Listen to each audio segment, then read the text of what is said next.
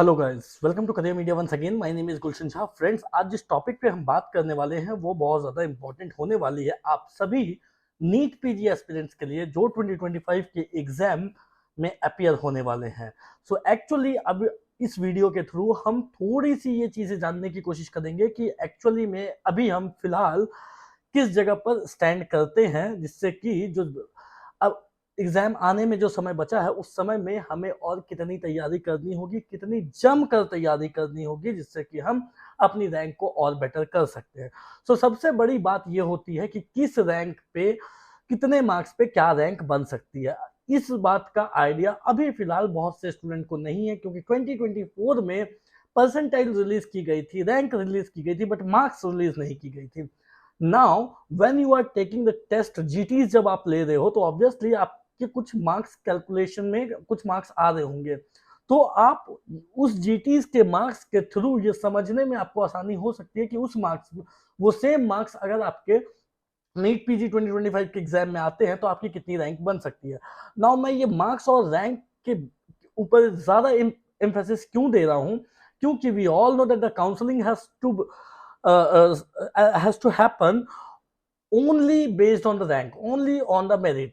So rank के basis पे ही counselling होगी, तो हमें ये जानना जरूरी है कि हमें हमारी कितनी रैंक बन सकती है बेस्ड ऑन जो जीटीज अभी हम परफॉर्म कर रहे हैं, जो टेस्ट जीटीज दे रहे हैं उसमें हमारी कितनी मार्क्स आ रही है। अगर ये सेम मार्क्स हमारी इसमें आती है नीट पीजी एग्जाम में, तो हम हमारी कितनी रैंक बन सकती है। या फिर आप ये भी समझ सकते हो कि हम कहाँ पर स्टैंड करते हैं, हमारी जीटीज में जो मार्क्स आ रहे हैं उसमें हमारी कितनी रैंक बन सकती है। या फिर आप इसे अलग तरीके से भी ले सकते हो कि हमारी जो रैंक बन सकती है उसके बेसिस पे और हमें कितनी कूप अप करने की जरूरत है, कितनी ऊपर जाने की जरूरत है, कितनी ज्यादा मेहनत करने की जरूरत है इस बचे हुए टाइम फ्रेम में, जिसको हम प्रॉपर तरीके से यूटिलाइज करके अपनी रैंक को और बेहतर कर सकते हैं। तो चलिए स्टार्ट करते हैं वीडियो को। सबसे पहले रैंक वन का, अच्छा ओके, ये जो मैंने बनाया है अभी फिलहाल रैंक और मार्क्स का जो एक एनालिसिस बनाया है, ये मैंने किस बेसिस पे बनाया है ये जानना बहुत जरूरी है। अभी तो पेपर भी नहीं हुआ है, डिफिकल्टी लेवल भी नहीं मालूम है, टोटल कितने स्टूडेंट्स अपियर होने वाले ये भी नहीं पता। ऑब्वियसली इन सभी चीजों के होने के बावजूद, इन सभी चीजों के होने के बावजूद भी हमने ये ओवरऑल 2020, 2021, 2022, 2023 के डेटा को एनालाइज करके बनाया है कि ट्रेंड किस तरह का चल रहा है।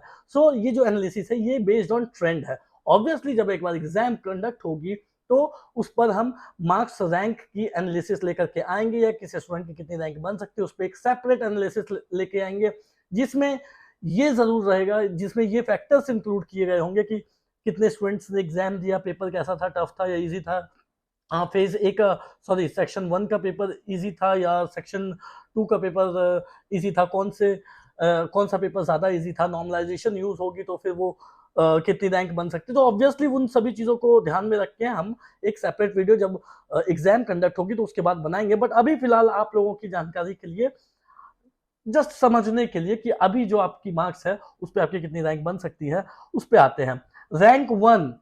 रैंक वन ऑलमोस्ट हम देखा करते हैं कि 715 टू 720 के आसपास ही रैंक वन जो है वो जाती रही है। Rank 2 710 to 715, rank 3 705 to 710, rank 100 660 marks to 670 marks, 660 marks to 670 marks आ रहे हैं अगर आपके, यू कैन अज्यूम आपको ऐसा हो सकता है कि आपकी रैंक जो है वो 100 के आसपास बने।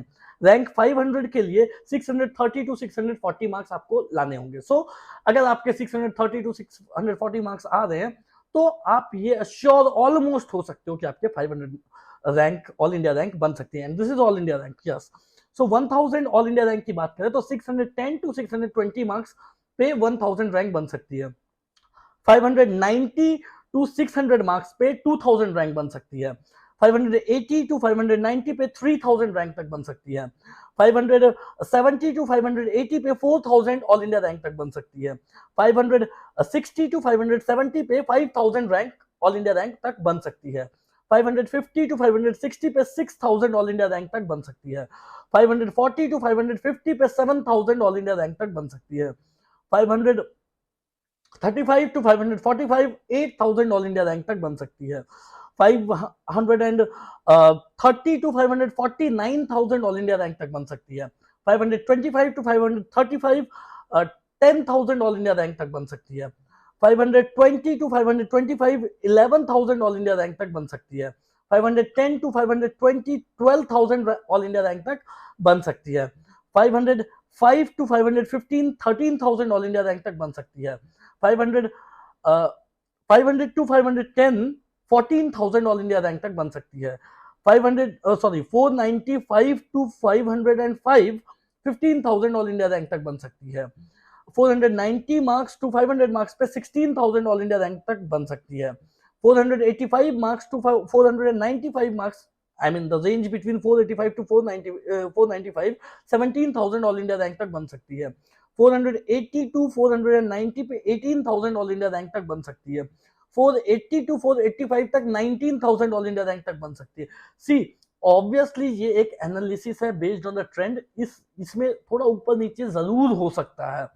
आप इससे इस डेटा को एकदम एक्यूरेट मान के नहीं चल सकते, थोड़ा ऊपर नीचे जरूर हो सकता है, बट हाँ इसी के आसपास ही रहने वाला है।